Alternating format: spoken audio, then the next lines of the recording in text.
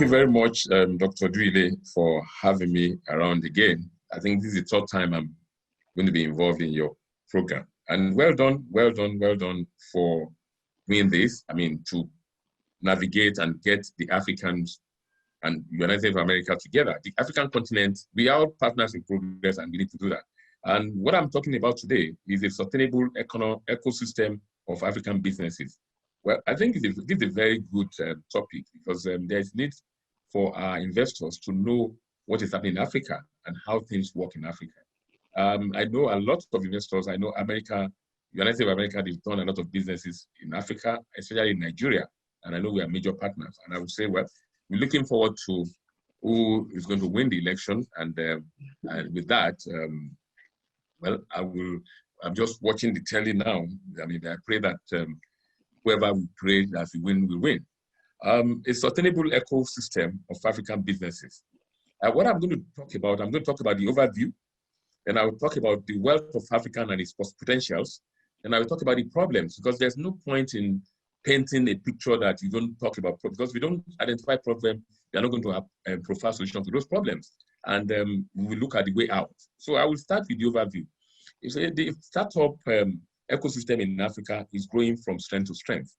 And if you look at the innovative entrepreneurs across the continent, they are leveraging on technology to turn the challenges they see around them into opportunities. While a few years ago, Africa was probably not on the radar of any of these developed countries, international tech investors are now beginning to pay attention. And according to the Trust in Africa, about $185 million was invested in startups across the continent in 2015. And in 2016, $129 million was invested across Africa startups. And it's been growing every year, I mean, till date. But African employment ecosystem is growing, but there are aspects which limit all this and to reach the full potential. One of the aspects which I'm going to talk about is macroeconomic stability, infrastructure, education, labor market efficiency, technological readiness, and market size. See, if you look at the influence of all these well-succeeded countries, however, it's inspiring to see buoyant entrepreneurial spirit emerging across the African continent. There isn't no country or city without entrepreneurs working to reinvent domestic and international industries. People are taking matters in their own hands and are actually building companies to solve local and international problems. However, compared to the rest of the world, the sub-Saharan Africa is still behind other regions in terms of entrepreneurship, development, and support systems. There's also a large discrepancy between the top and worst performing ecosystem in Africa. With South Africa, the best ranked African countries performing nearly twice as well as Angola, which was ranked last in Africa and second to last globally. However, the rate of growth at which things are improving across the continent, especially in the countries that are ranked low today, are mind-blowing and makes confident that we will see further improvement in the coming years, to see how things improve.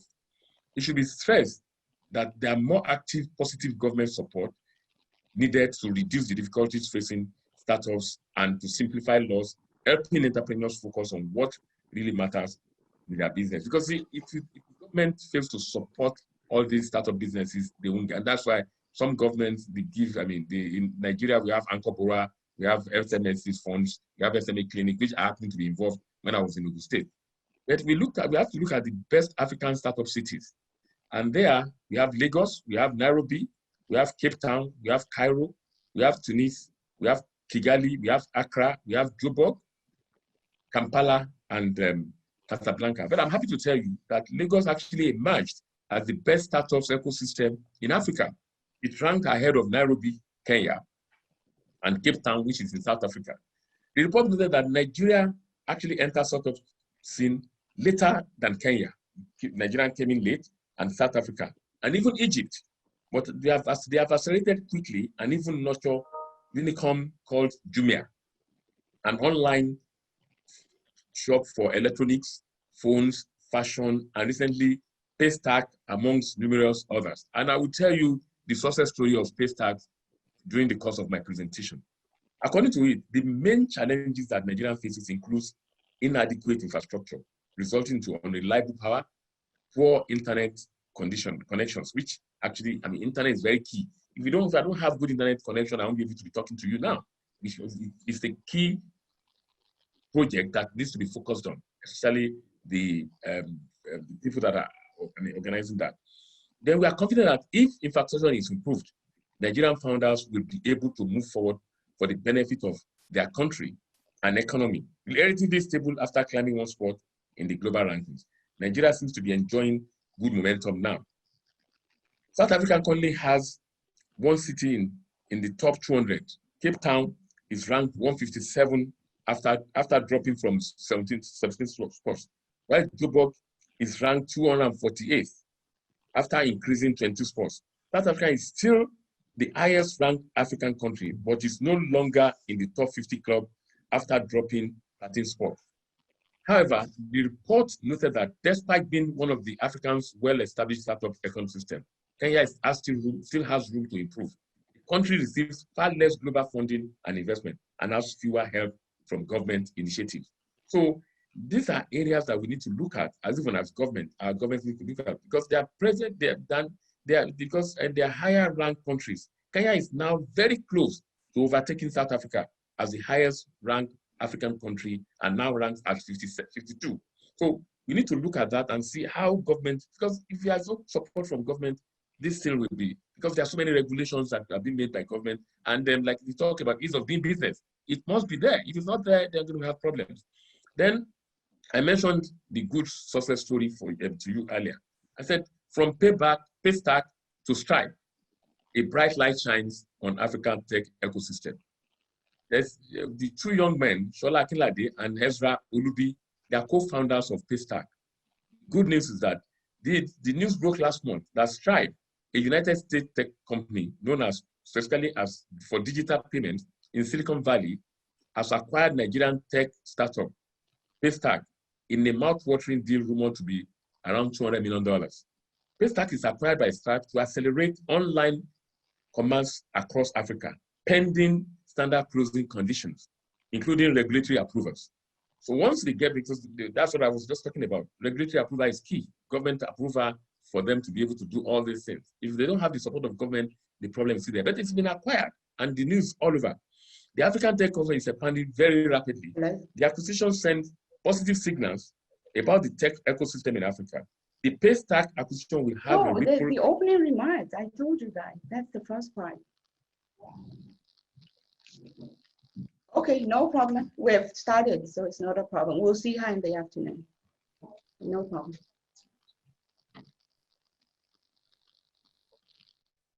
Are we back now? The Paystack acquisition. Yes, we can hear. Yeah, the Paystack acquisition will have a ripple effect across our entire ecosystem. Investors are getting a payday. This is major. The acquisition also highlights the potential of Nigerian tech ecosystem and African tech ecosystem as a whole. It helps to prove governments and regulators that if the right policies and environments are provided, young Africans have what it takes to play a global stage. The global market is driven more by perception and reality. And as such, a positive outlook on the country is important to drive growth. It also has to be noted that it is very impactful when global players like Stripe pick an interest in startups on the continent. It helps to bring much needed attention to the continent in a positive light. In the continent, and a notion that has been cast in the negative light for so long. I know that African continent, they always have this negative impression, but having them to do great things, it's changed so many things. The importance of politics attention cannot be overemphasized. The Stripe acquisition ever in Nigeria payment startup, that 200 million will go a long way. So another area which I want to talk about is the area of wealth of Africa in its potentials. You see, Africa is rich in many natural resources such as diamond, oil, gold, and other minerals. Yet, it is home for the largest number of poorest globally. The poverty level is very, very high in Africa. And every region of Africa has a resource that can generate massive wealth to its people, whether natural resources or human capital. 60% of the continent's population is under the age of 25, and 40% are younger than 15 years old. So you can see that the older ones are probably, they are less than 30% in that. And sub-Saharan Africa is excellent for cultivation of agricultural products to generate unlimited wealth. Yet, we find it impossible to feed even our own people in Africa. So those are areas that we need to look at and focus on. But the problems, like I rightly said, that there are some problems, and if we don't identify problems, we are not going to provide solutions to those problems. The presence of abundance of many resources have contributed to the poverty of the people, as there is such a high level following in the people, armed conflict over control of resources such as mines and wells. See what happens in the north, I mean in our southeast resource, and that's why we have Niger Delta people attacking the oil companies, giving them issues. They're having problems in doing that. So those are areas that the poverty level has actually, they didn't realize that the people that came to invest in that state are bringing in wealth. They're going to create wealth. They're going to create jobs for their people. But it's another problem. Then corruption. Government that sells the resources to the land to other nationals at the expense of their every own citizens. So government need to actually educate the people to let them know that when these people come in, they are not taking the money away. The wealth that is being made there will be used, apply back to the system. And that's why we have NDDC, to be able to put things back to fix all those areas and alleviate the poverty in those areas. But you see, the another problem is that look at our raw materials, cocoa. Cocoa is being taken out of the country in some of the and they are being brought back in form of chocolate. And those are the things that we can do as a startup business in Africa and ensure that we can take the best advantage of that. And those are the areas we need to look at. Then production, we still rely on humans and animals. Those people carrying their raw materials and their good finished products when they harvest, they still use camel, they still use all this. So the primitive way of doing things, they need to help them so that they can have the other ways of, the most, recent and better way of doing things, which is technology. And it has to be, even use technology to now do the clearing and grazing in the farm areas. Then the assumption that business will and capacity equal and use business success. These are the other problems. The problem of African attitude of environment, social and governance imperatives, and how it affects long-term business strategy. Those are the other problems. And what are the way out of this? What makes a successful, sustainable business in Africa?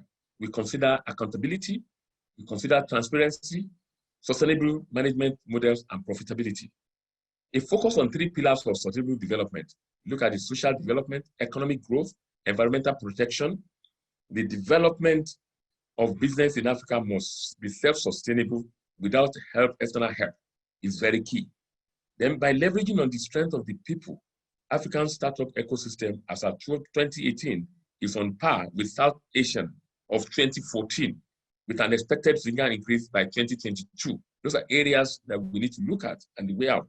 Then by nurturing business partnerships, sustainability is all about the future of any company as well as the community. Consider what impact will be of procuring goods and services from local businesses or spreading sustainability efforts to the behavior of suppliers and customers. Those are the key areas we need to look at. Then this would encourage efficiency as well as self-sustenance of the business system. This essentially spells out backward integration, which is the concept bedrock of almost every industrial park springing up in Africa. But I'll give you a good example. What happened in Kenya? There's a Kenyan-based integrated community organization for sustainable empowerment and education for development. They've successfully nurtured a mutually beneficial relationship with local farmers, which is the winner of 217 Switch African Green Seed Awards. They buy banana stems from farmers. They process it into balls of fiber, and then use them to produce the byproducts such as bags, table mats. They even take it a step further by giving the byproduct slurry back to the farmers to use as manure and fertilizers. You see, you can see the integration, the backward integration, which is helping. So ICOSEED factors all these 3 tenets of sustainability in that they have accounted for environmental and well-being by producing environmentally friendly products and promoting the use of slurry for compost and biogas, digesters, social impact by providing job opportunity for STEM transporters. You could see that the people that are transporting those STEMs, they are giving them jobs. You can see the number of people that are doing jobs and the structures, along with an alternative source of income for hundreds of farmers and economic value. So you could see that basic example of Kenya, how they've been able to do the backward integration and the value chain of production, and how they could do that. The value chain is very key. Then the different ecosystem in Africa is awakening. There has been an observable shift in the approach to business as well as implementation process, which have been adopted, such as recent changes in its trade and international diplomacy, and policies focusing on strategic role of digital trade, which cannot be overemphasized. Then the African will and drive to be excellent in business, as well as creating thriving environment for business survival and growth of many businesses, we only count when these are put in place. To me, for Africa, there are exciting times ahead in the future of trade and role of the government and private sector in serving the market.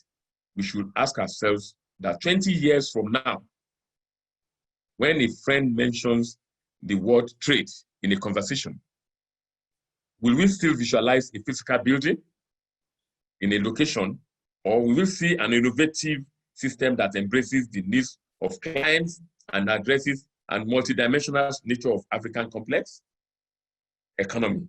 The future starts with one thought, one conversation, and one action. Is Africa ready to act and contribute to this global digital business opportunity space? It's a big question.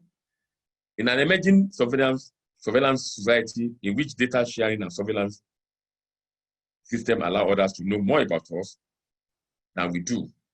Therefore, those in know increasingly take advantage of that analysis, thereby creating conditions for a possible future where even if surveillance monitors our brains, quantum breaks the last hope of privacy, protection, and a digital backslash will erupt. But I want to leave the food for thought, which is my final word on this topic, is that Africa is the future, but their innovation ecosystem needs help. We all know of the unavailability of Africa in the 21st century. But to build local ecosystem and make them grow regionally, globally, many obstacles will have to be solved. I thank you very much for listening. God bless you.